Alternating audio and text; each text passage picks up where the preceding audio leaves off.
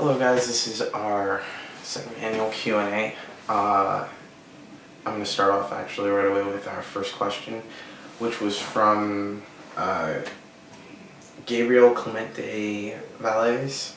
I hope I said that right. If I mispronounced it, I apologize. His question was, what gave you the idea for Outsider? And I think what gave me the idea for Outsider, and what really gave me the idea to make this character, was probably Smallville was a very big inspiration. Arkham, the games from Batman Arkham games. Arrow definitely has had some kind of part of inspiring me, I guess, even though Arrow kind of came out a very long time after I developed the character and stuff. I would say overall there are a lot of different things that inspired me. My real life experiences, to some extent actually, see, I can't even talk, to some extent actually inspired me as well, and probably helped me come up with and develop the character as much as anything else. Okay. If you guys are wondering why I'm looking that way, it's because the questions are actually showing up on a screen right there, and I'm answering the questions, but either way, I digress. Okay. One of the questions that were asked actually in a comment on the page was, I like the Outsider, wonder what his personality is like, from Elena Kathy Griffiths. Not all of these questions actually have, have people who left their names. Some of them left, screen names, or didn't want their names actually attached to their question anyway. So,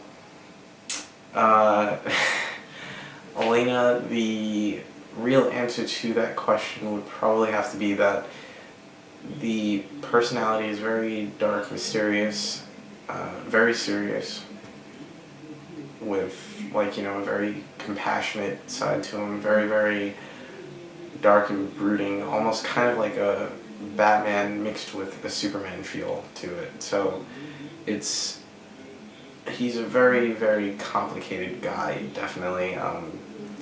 He has his friends, he has his enemies, he has a lot that he has to deal with as a burden, being the person that he is and being in the situation where he is.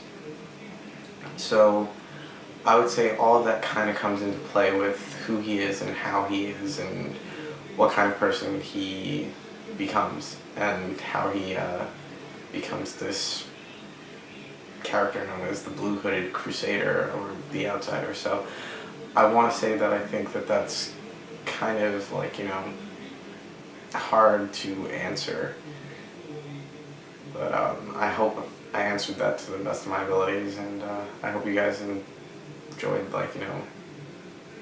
whatever I just said with Okay. Another question was, can you tell me about you as a person and the process of you creating Outsider in the present day? The process to me creating the Outsider. See, I used to live with my aunt for personal reasons I'd rather not share, and I used to really not have something to kind of what you would consider as an escape. And I think that Outsider at a very early age, 10 years ago, was my way of coping with dealing with my problems with me living with my aunt and not with my parents, and me dealing with a whole bunch of other situations as well. I currently still have issues that I turn to Outsider and write, and a lot of people would probably say you work on it constantly, you're always working on it and stuff, and I think that it really has become a part of who I am. When I first started Outsider, it was about 2004. In 2004, I was in the 4th grade, by the way, in 2004, so just to give you guys a heads up. At that point, I had already kind of started developing this character. I remember when I was younger, I would get Spider-Man action figures because he wasn't originally called the Outsider. He was originally called Devil Spider, but had pretty much the same abilities, and was where the character started changing.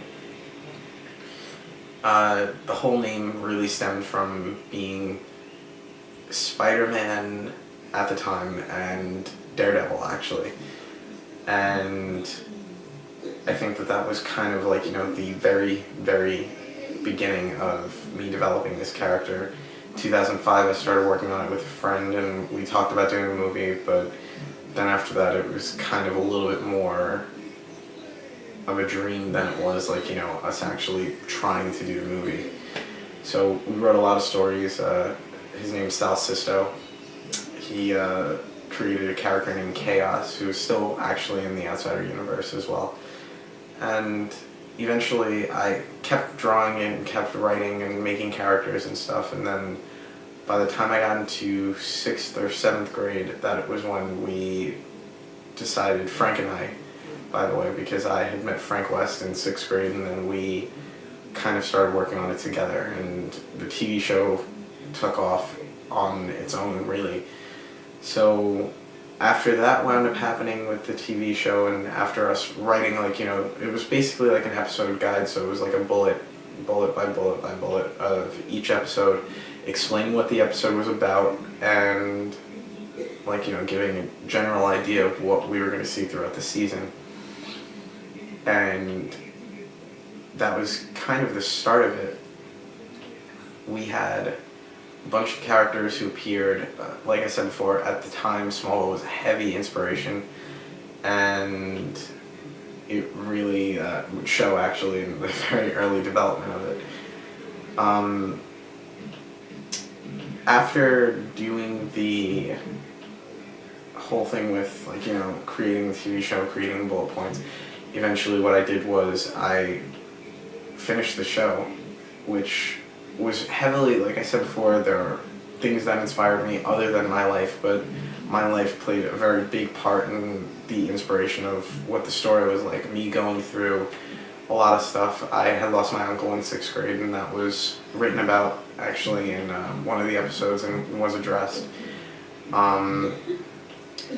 Me losing my grandmother, there were 2 seasons actually dedicated to her, and that really, I personally, from what I understand, the people who have read it claim that it was the best season that was written. There was a lot of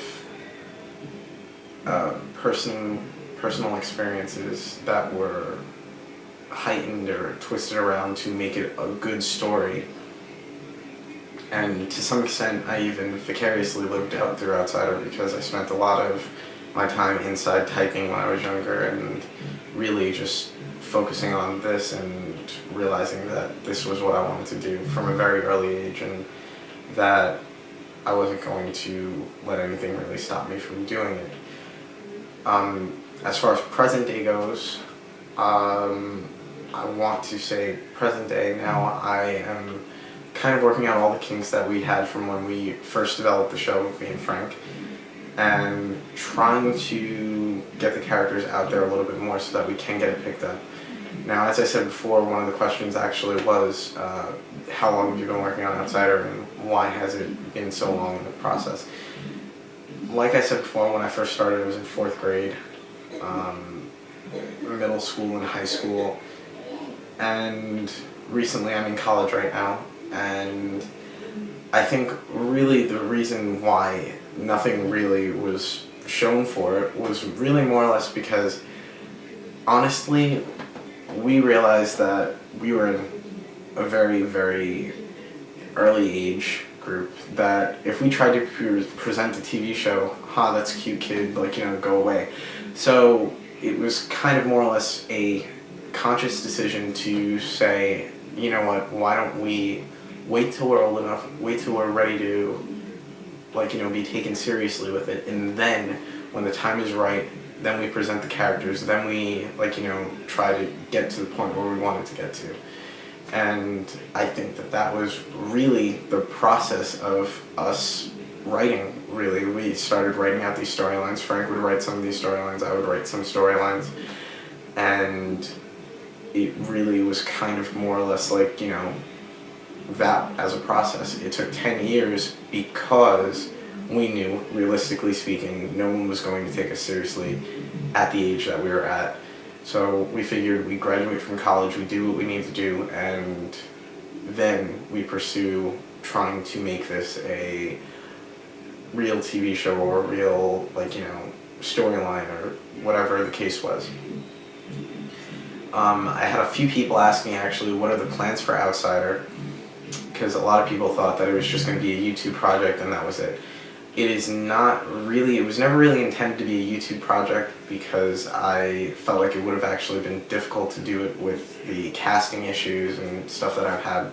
I never really wanted to do a YouTube project to begin with as much, but I wanted to try to start off, I had a few people ask me why not start off with comic books and stuff like that, but comic books sometimes can take 75 years for people to actually even really see them as mainstream. So I was really kind of trying to go along with doing everything that I possibly could to make these characters popular, such as video games, TV shows, movies, comic books, regular books, anything kind of to get the characters out there and to try and make this more of a chance of being successful. So a lot of the stuff that you guys are seeing, like I said before, when is the TV show coming up? I can't answer that because I'm trying to get it up there. I'm trying to get people to see the idea, and I'm trying to build up a large enough fan base on Facebook, YouTube, everywhere that we have, even Twitter and Instagram, to try and get us to be at that playing field where people will take us seriously and see us as a fan base. But the only way that happens is if people really are engaged and if they really want to see it happen. So I think the Facebook page has grown to the point where we actually seem like we have a calling and we have the potential. There are people who think that we somehow miraculously bought likes, which, going back to the question, telling people about myself, I have not had a job actually in the last couple, maybe I think about 6 months now. I was selling the t-shirts and that was actually my way of making money, by the way, outside of t-shirt, just saying. But I was selling the t-shirts to pay for the cameras, the stuff that we needed. I really think that for the most part, what the main issue has been is that we had this sudden spike of likes that was pretty much virtually impossible, and I don't know really what to think about it. So I'm just going to cut that off right there at that point. But what is another question? Okay, this one is a funny question. Is the Outsider single? Winky face. Honestly, it depends on what part of the story, because Outsider has two main love interests, Angelica Nicole and Sarah DeBella, and those are the two main love interests as far as that goes. But I would say Outsider's not single, but Michael, I would say vice versa. I would say Outsider is not really one of those guys, though, who would be looking for a relationship as much as Michael was in the show. He kind of is with Sarah and, Alicia or whoever he's with at, certain parts of the story. But I want to say more or less that Outsider's not really looking to date anyone. He's looking to really kind of swoop in, save the day, and that's about it. Are the love interests, actually, there was another question. Are the love interests in the TV series and the real life experiences inspired by real ones? The Angelica Nicole storyline was very much inspired by someone. I can't mention names, obviously, come on. But it was heavily inspired by people that I had liked in the past, and like, you know, situations that had happened in the past, and like, you know, real life personalities and people who I did like. As far as real life situations go, I think that there was a little bit of a twist. I was living with my aunt Deborah, who is actually a major antagonist in the Outsider storyline, but in the real life, I was living with her, and instead in the show, I'm living with Teresa, go figure, and my uncle Scott. Very, very nice people, by the way. I had a question about who is infantry. Now, Frank West, who used to work with me on the show and stuff, and used to work with me on writing up a lot of these storylines, he couldn't be here. As a matter of fact, I didn't even really bother to call most of the cast or anything, because I figured this should be kind of a one-on-one thing between me and the fans. And the last time that happened, it didn't go all too well. So I figured this would be actually, like, you know, a better way to get it done and not have to worry about trying to get everything in the works and trying to do all that. Frank has actually been busy. He's pursuing acting, and he's in college as well right now and working and doing a whole bunch of other stuff. So Frank doesn't actually have the time to necessarily be as much a part of it as, like, you know, he used to. Infantry is a very close friend to my character, to Michael. He is a very, very, I want to say, serious part to me, because I think Frank really was like the best friend I could have ever asked for in real life as well as in the show.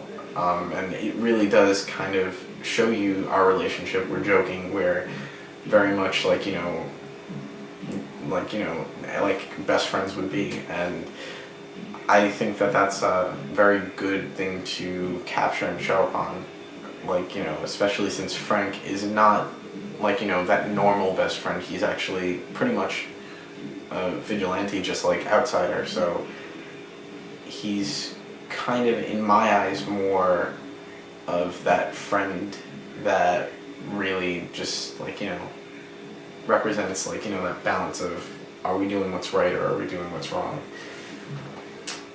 Frank is actually, his character was experimented on for a project called Soldier. The doctor felt like it was unethical what they were doing to him, so they basically turn around and free him.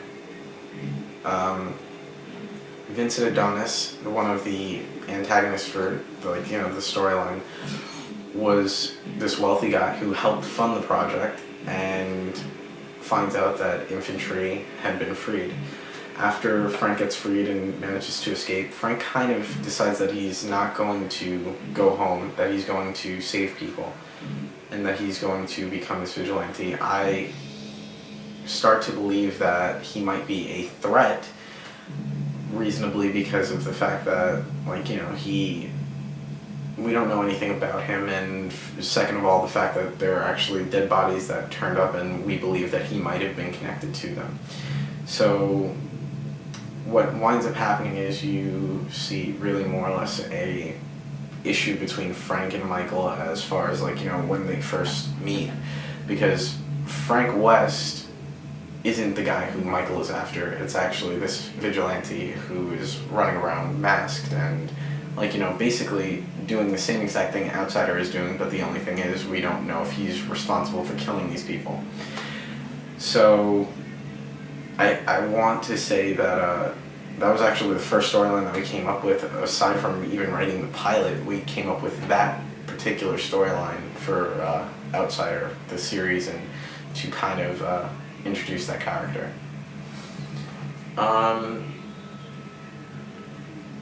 Did I come up with all the characters on my own? The answer to that question is no.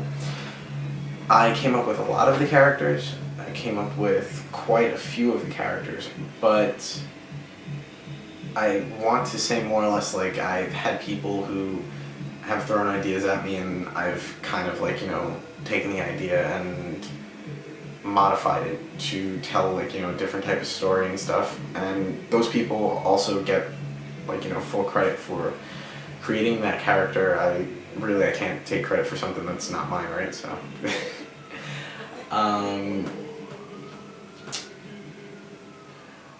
what gave me the idea to create the character Exodus, and why the name Exodus? Now, what really made me think about creating this character was I wanted someone who is pretty much the outsider just gone bad. Someone who's really, really dangerous. And as you know, there are two Exoduses. There's not just one. There's Samuel McKnight and there's Vincent Michael. Those two are different and similar in certain ways, but for the most part, I'm going to give you a general idea of why I came up with the name Exodus as that. Exodus was really supposed to be more or less the arch enemy that, like, was like, this bad guy that kind of shows that he is pretty much outsider, just wrong, and just like, the bad guy outsider. I've always felt like the best villains are the ones who really make you think, like, what would happen if this superhero went bad. And I felt like that was one of the things that Exodus kind of really was like, this person who turns around and takes, like, his problems and uses them for bad, and uses them to kind of make everyone else feel the way that he once felt. That was the first Exodus, by the way, not the second one. The second Exodus just is completely evil from, like, beginning to end, from start to finish. There's really no redeeming quality. There's no reason behind it. There's no talking to him, trying to convince him to try to do the right thing. He is basically just bad. Now, that whole storyline really plays out because the thing is that Michael works with Christina at this point, and the original Exodus kind of died prior to Outsider working with Christina or Sijit or any of the other supporting characters. So the only person who really knows about that is Michael at the time. And when this second Exodus appears, it's almost kind of like this ghost from the past. Because it's almost like you're feeling like, well, I killed him and now all of a sudden he's back. But the thing is that Michael tries to cover it up and tries to kind of keep it, I guess, from his teammates and tries to shelter them from it. And I think, personally, I wouldn't have done it, but I think that he uses that because of the fact that he's so ashamed of what happened. The fact that so many people died in what's Crime's Peak, actually.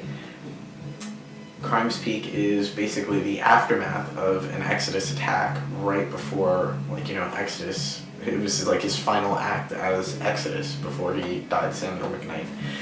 And after that, you have Vincent Michael, who takes over and basically is no better. As a matter of fact, is 10 times worse and even more of a threat than anything else because he knows more about Michael and about his past and about, like, what he can do, and it's pretty much more of a threat there. After handling his situation with Exodus, he realizes that Samuel McKnight actually didn't die. There's a whole bunch of, like, twists and turns with that Exodus storyline and about who he is. I would love to share that right now, but, like, this video is going to probably be forever as it is.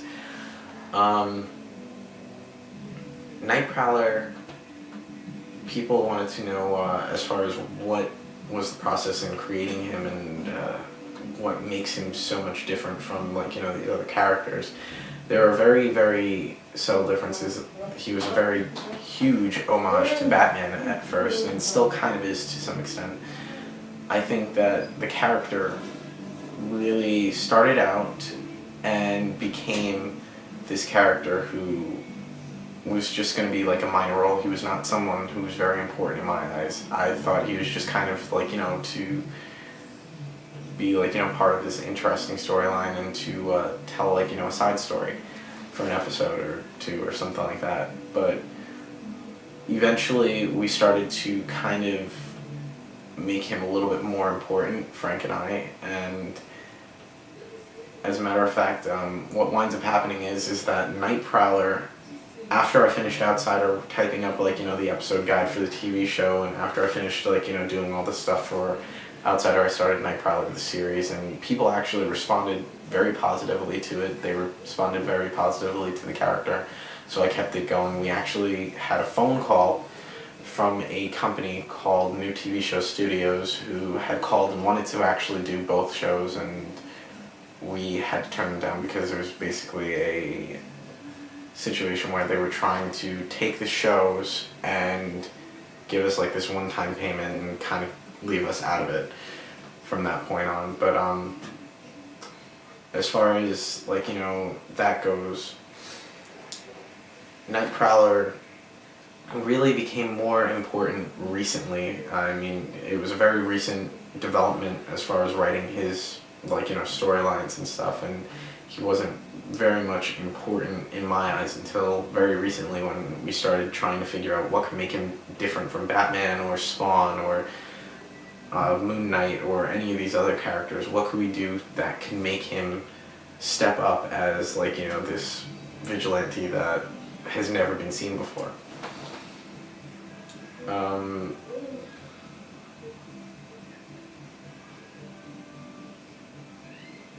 Why an S has been a very common question. The S stands for Sarah. In one of the storylines that I had originally wrote up, the character who was very important and a prominent love interest actually dies. Spoiler alert, by the way. And after Sarah dies, basically he uses it as a monument, or kind of to memorialize Sarah and remember what he's fighting for. Originally the S was going to be like on Sarah's necklace, and that was going to be why that particular S was going to be used. It was supposed to be like Sarah's pendant, or like, some kind of medallion that Sarah wears in her necklace, and that was kind of where it was going to come from.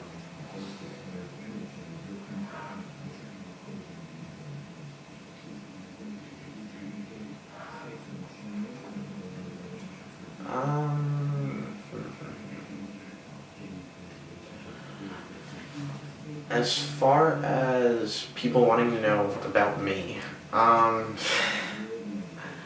it's very hard to really separate what's too personal and what's not personal, but I want to close off basically saying that my personal experiences, like I said before, I live with my aunt, which wasn't necessarily a highlight of my life, but I lived basically at my lowest points feeling like this was the only thing that I had to turn to, and that this was the only thing that I had. And I think still to this day, it has kind of become almost like a way of life now for me to work on Outsider and to work on it, because I see this as more than just like, story, but I see it as my future. I see it as my life at this point. And I know there are a lot of people who sit there and probably say, well, how come there's no videos out, or how come how come the movie never happened, or something like that. The movie never happened because of casting problems. We had plenty of casting problems. I had to actually save up for a new camera, HD camera, Canon XA-G20, I think it was called, which I'm using actually currently right now at this moment. We saved up for that, and by we I mean me. I saved up for a new computer for editing and stuff, for Photoshop. I saved up for a lot of stuff, including After Effects. And one of the things that I feel like, I'm trying to do at this point in time is I'm trying to learn every aspect of making and working on television production. Currently I'm in school for business and for production as well. But currently what I'm trying to do is I'm trying to learn as much as I can, get my foot in the door and get into the business so that I can actually pursue my dream with Outsider. I know that there are a lot of people, I've gotten a lot of messages and mail saying like, you know, that I shouldn't give up on the page and that this, like, you know, that I shouldn't give up on trying to make the movie and stuff. And while that is true, it's been a very, very difficult ride from the very beginning. If you really actually want to know, we've had plenty of different exoduses. Every time that we have an exodus, they make an exodus. So I think that we've had a lot of issues with casting. Really has been like the biggest issue. That, and I know that Gabriel probably knows this firsthand, our camera guy, and a few other people. One of the things that I think has been a very big problem is I am a little bit of a perfectionist when it comes to trying to write something or come up with something. And originally the movie, I didn't feel like it was where it needed to be, neither. But I don't think that that's why we're having casting issues. I'm just kind of saying this as like a side note. And if you guys are wondering why I don't just throw out a video project, that's really not what I'm trying to do. I'm trying to show my absolute best and give you guys what you guys deserve, which is the best. And if it has to take 10 more years, then so be it. I will wait 10 more years to do it. But as far as a YouTube movie goes, but I'm trying to definitely get a TV show out there, and I'm trying to definitely get a lot of stuff out there in the works. But the only way that that happens is through you guys, which you guys have all been amazing, liking the page and with the interaction that we do have, and I mean everything that we've been going through as far as trying to make the movie has been a huge challenge. But I think that one of the biggest obstacles is really the fact that none of the people are getting paid. Everyone is basically here as a volunteer trying to make this get into development. We have a lot of guys who are very, very dedicated, very, very hardworking, and those people are, like, you know, there when it's freezing cold out for us to film, and, like, you know, never really argue on anything. Instead, they actually try to do whatever they can to make the project better, and I think that that is what makes or breaks a project, is that you need people like that. And thank God I do have people like that. And I'm glad that I do have people who are standing beside me and ready to fight till the very bitter end. I think that one of the things that currently has been another issue has been the weather. It's been a true issue as far as it's been freezing cold out. It's actually been snowing lately, so I'm here in New York, in Staten Island, New York, so it's been kind of cold out to really try to get the cast together, and I don't want to put them through that, so it's kind of hard to do a YouTube movie like that. I want to say that as far as, like, you know, my past being, like, you know, a very driving agent for what has made me do Outsider, it has basically been a lot of tragedy, misfortune and stuff that has happened. There's been a lot of good times. I'm not trying to make this into some big sob story, but there have been a lot of unfortunate things that have happened that really, as much as Outsider has been created by me, I think Outsider has actually changed my life and led me to be where I am right now today. And I think that you guys I'm glad that you guys are there with me every step of the way. Thank you guys, and I hope you guys enjoyed, like, you know, the Q&A and had all of your questions answered.